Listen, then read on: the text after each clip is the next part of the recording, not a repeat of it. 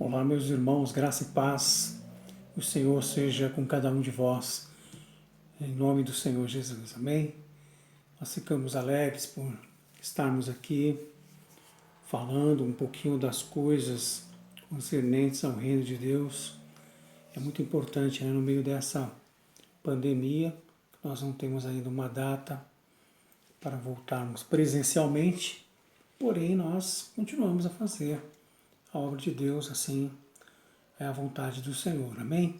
Eu vou orar dando abertura nesse trabalho nesta quarta-feira, em nome do Senhor Jesus. Senhor, nós te glorificamos nesta quarta-feira, nós te louvamos e exaltamos o teu nome, porque o Senhor é bom e eterna é a tua misericórdia. Nós te louvamos por cada vida que está agora nos ouvindo, por cada pessoa com as suas dificuldades, com as suas lutas, que o Senhor possa abençoá-la, suprir toda a necessidade da sua alma, que o Senhor possa abençoar a sua casa, a sua família, a sua vida espiritual. Que o Senhor seja com o teu servo, com a tua serva, Senhor, em meio a tudo que ele está passando. Que o Senhor possa ser com cada um, Pai querido, que é membro da tua igreja, a Igreja Batista Renovada de Nova Poá, a igreja que agora está, Senhor meu Deus, esperando somente pela graça do Senhor, esperando pela sua misericórdia, esperando a volta do Senhor Jesus. Abençoa, Pai querido, cada membro, dizimistas, ofertantes, obreiros, homens, mulheres e crianças. Abençoa cada professor, cada líder de departamento, todos aqueles, Senhor, que agora estão orando conosco. Nós te agradecemos pela vida de cada um deles, pelo valor que eles têm. Que o nome do Senhor seja exaltado e glorificado. É a nossa oração, em nome do Senhor Jesus. Amém. E graças a Deus. Eu quero ler um texto aqui, apenas 3 versos, que se encontra nessa abertura no livro de 1 Pedro, capítulo 3.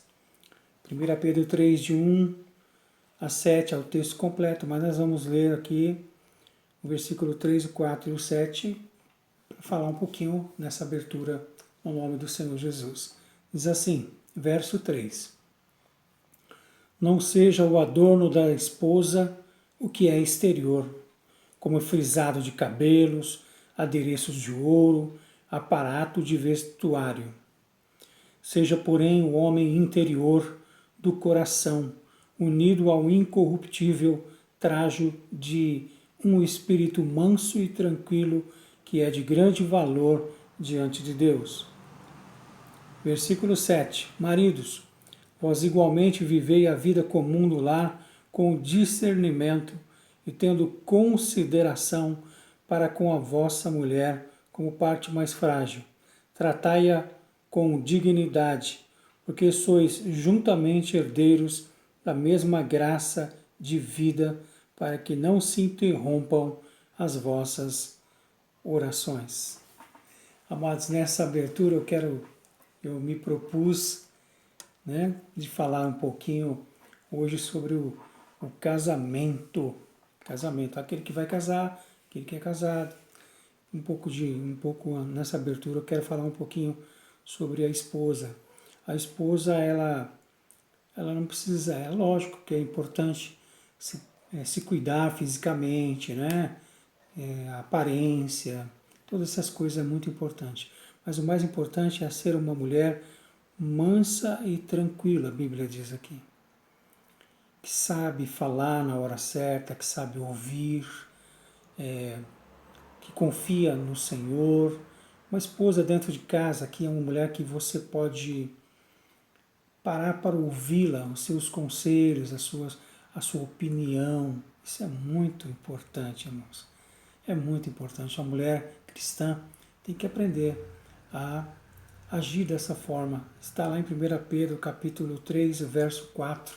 Você pode refletir melhor, que é isso que... E os maridos, a Bíblia diz que nós temos que aprender a viver com a nossa esposa com discernimento.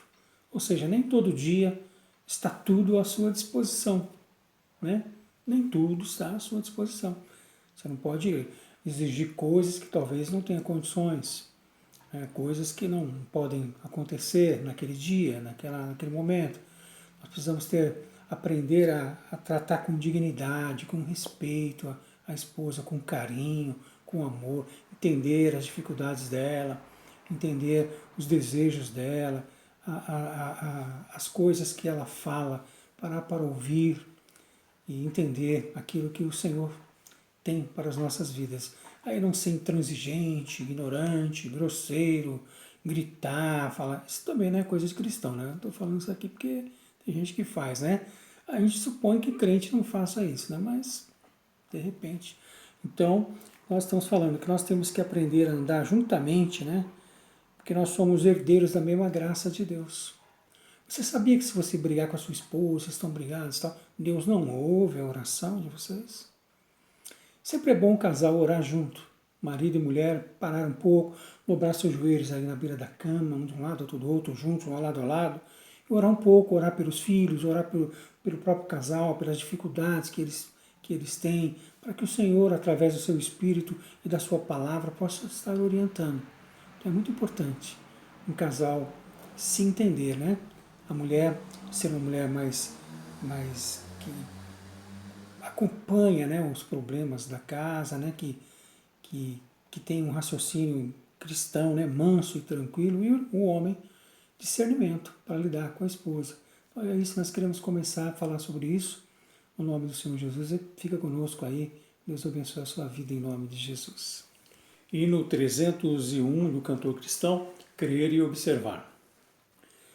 Em Jesus confia, sua lei observar. Ó que gozo, que bênção, que paz.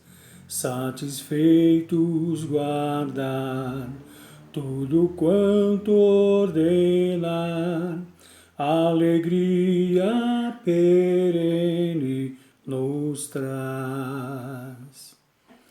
Crer e observar tudo quanto ordenar, o fiel obedece ao que Cristo manda. O inimigo falas e a calúnia mordaz, Cristo pode desprestigiar. Nem tristeza, nem dor, nem a intriga maior poderão ao fiel abalar. Crer e observar tudo quanto ordenar, o fiel obedece ao que Cristo manda. Que delícia de amor, comunhão com o Senhor, tem o crente zeloso e leal. O seu rosto mirar, seus segredos privar, seu consolo constante real. Crer e observar tudo quanto ordenar, o fiel obedece ao que Cristo manda. Resoluto, Senhor, e com fé ele ardor, os teus passos queremos seguir, teus preceitos guardar, o teu nome exaltar, sempre a tua vontade cumprir. Crer e observar tudo quanto ordenar, o fiel obedece ao que Cristo manda. Amados, graça e paz, eu quero fazer uma abordagem bíblica, né? Simples, bem simples, sobre o casamento, abordando aqui coisas importantes. Eu gostaria que você prestasse atenção naquilo que a palavra de Deus diz. Vamos no princípio, lá em Gênesis capítulo de número 2, no verso 18, está escrito assim: Disse mais o Senhor Deus: Não é bom que o homem esteja só. Far-lhe-ei uma auxiliadora que lhe seja idônea. Deus fez o homem à sua imagem e semelhança, né? E ele tirou uma costela do homem, ele fez a mulher, né? A Bíblia diz, transformou essa costela numa mulher. Então, o homem, ele depois de colocando o nome nos animais, o homem, Deus percebeu, na verdade foi Deus, que percebeu que o homem faltava alguma coisa, faltava ali uma companheira, não faltava uma ajudante, uma coisa assim, faltava ali a outra metade, né, que completaria ele, que ele ficaria feliz ao lado dela. Essa era a ideia de Deus. Em Gênesis também, do versículo 21 ao 24, no Gênesis capítulo 2, está escrito assim: Tirou uma costela e transformou-a numa mulher. Ele a trouxe.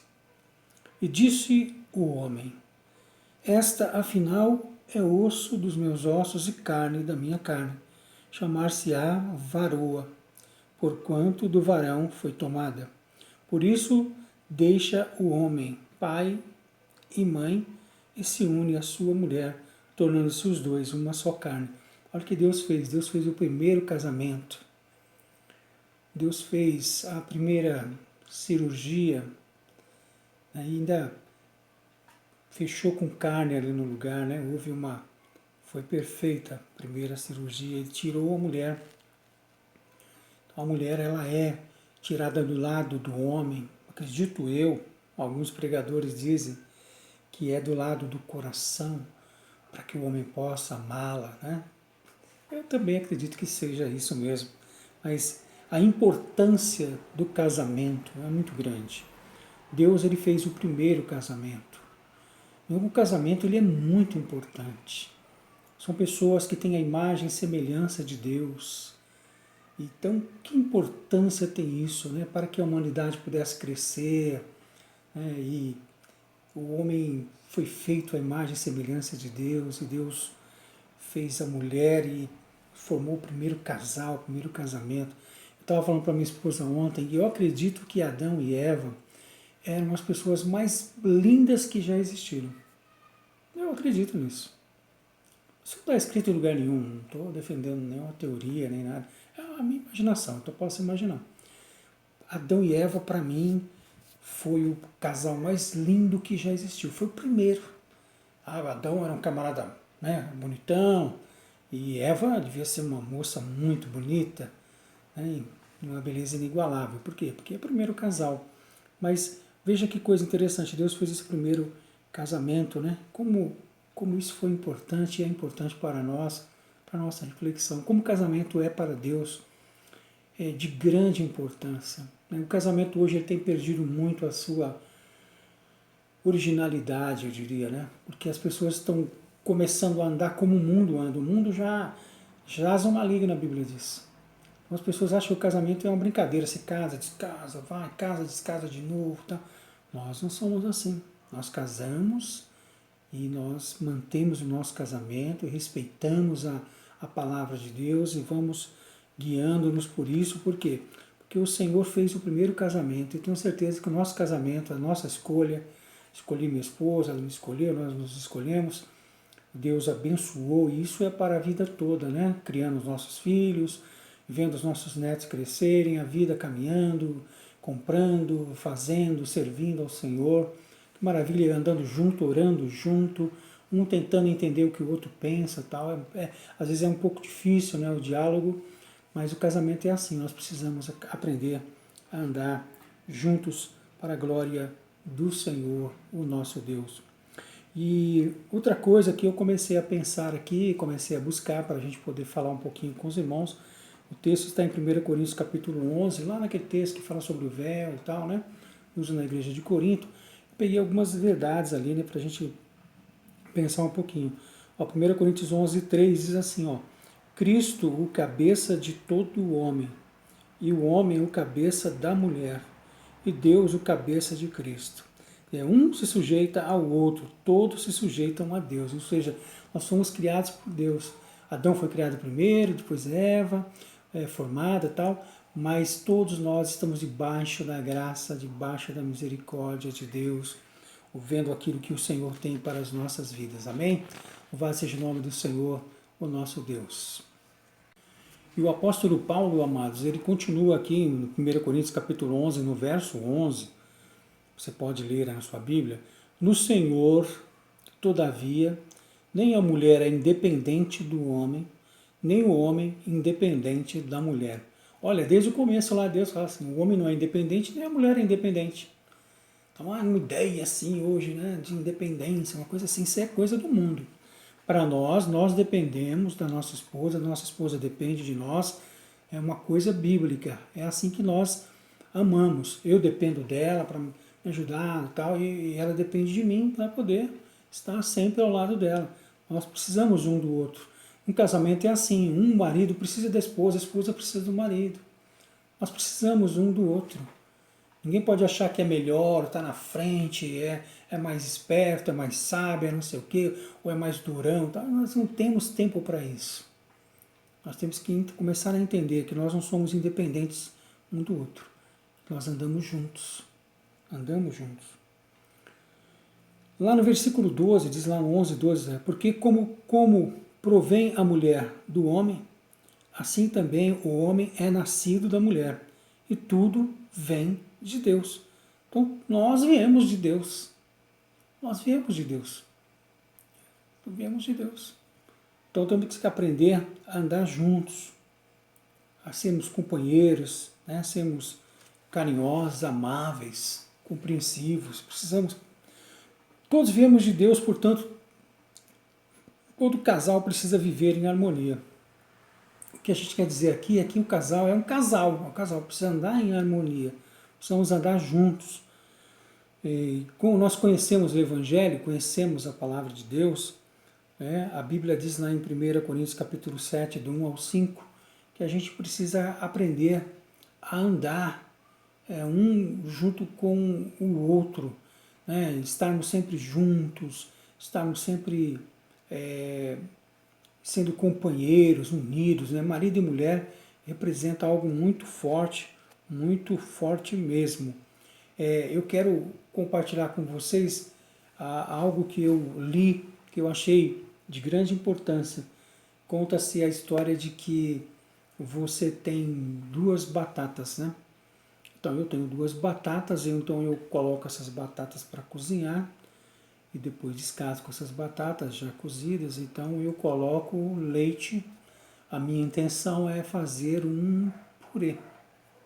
A intenção é fazer um purê de batatas. Então a batata com leite virou um purê, a massa com leite virou um purê. Então não tem mais como você desfazer essa massa. Não tem como você tirar as batatas, não tem como você tirar o leite. Eles já estão assim. O casamento é isso. A batata e o leite se encontram, se misturam, tal. Agora não é nem batata e nem leite. Então, dentro do casamento, às vezes a pessoa pensa assim, eu sou batata, eu sou leite, sou batata, sou leite. Não, você não é mais batata e você não é mais leite. Os dois formam o purê. O casamento é uma outra coisa, algo espiritual, onde se misturou um com o outro. Os dois se tornam uma só carne. Então não é mais a mesma coisa. Então eles têm que dividir opiniões, pensamentos, todas as coisas que vão fazer, né? A questão sexual, conversar, a questão familiar, conversar, dialogar, sempre achar o que é melhor para o casal, um para o outro, porque Irmão, sem diálogo dentro do casamento, é muito difícil um casamento dar certo. Precisamos estar sempre assim. Eu quero continuar aqui. Em 1 Coríntios, capítulo de número 7, 1 Coríntios, capítulo 7, 33, diz assim: mas o que se casou cuida das coisas do mundo, de como agradar a esposa. Ou seja, o apóstolo Paulo está dizendo aqui em 1 Coríntios 7, 33, que o homem ele tem que procurar saber como agradar a sua esposa. Isso é de grande importância. Como eu posso agradar a minha esposa? Eu vou arrumar as coisas em casa, eu vou fazer compra com ela, eu vou na feira com ela, vou ajudar alguma coisa aqui em casa, vou cuidar das crianças, vou pagar as contas, vou fazer alguma coisa enquanto ela prepara aquilo. E eu tenho que começar a pensar em como agradar a minha esposa. Isso é de suma importância, irmãos, como agradar a esposa. Isso é de grande importância. Lá em 1 Coríntios 7,34, diz assim a palavra de Deus: a que se casou, porém, se preocupa com as coisas do mundo e como agradar ao marido. Está vendo uma buzina aí, é uma coisa que tem na chácara aqui, mas eu não vou parar não. A que se casou, porém, se preocupa com as coisas do mundo, de como agradar ao marido. Então a mulher também tem que procurar saber como agradar o seu marido. Como é que eu agrado o meu marido?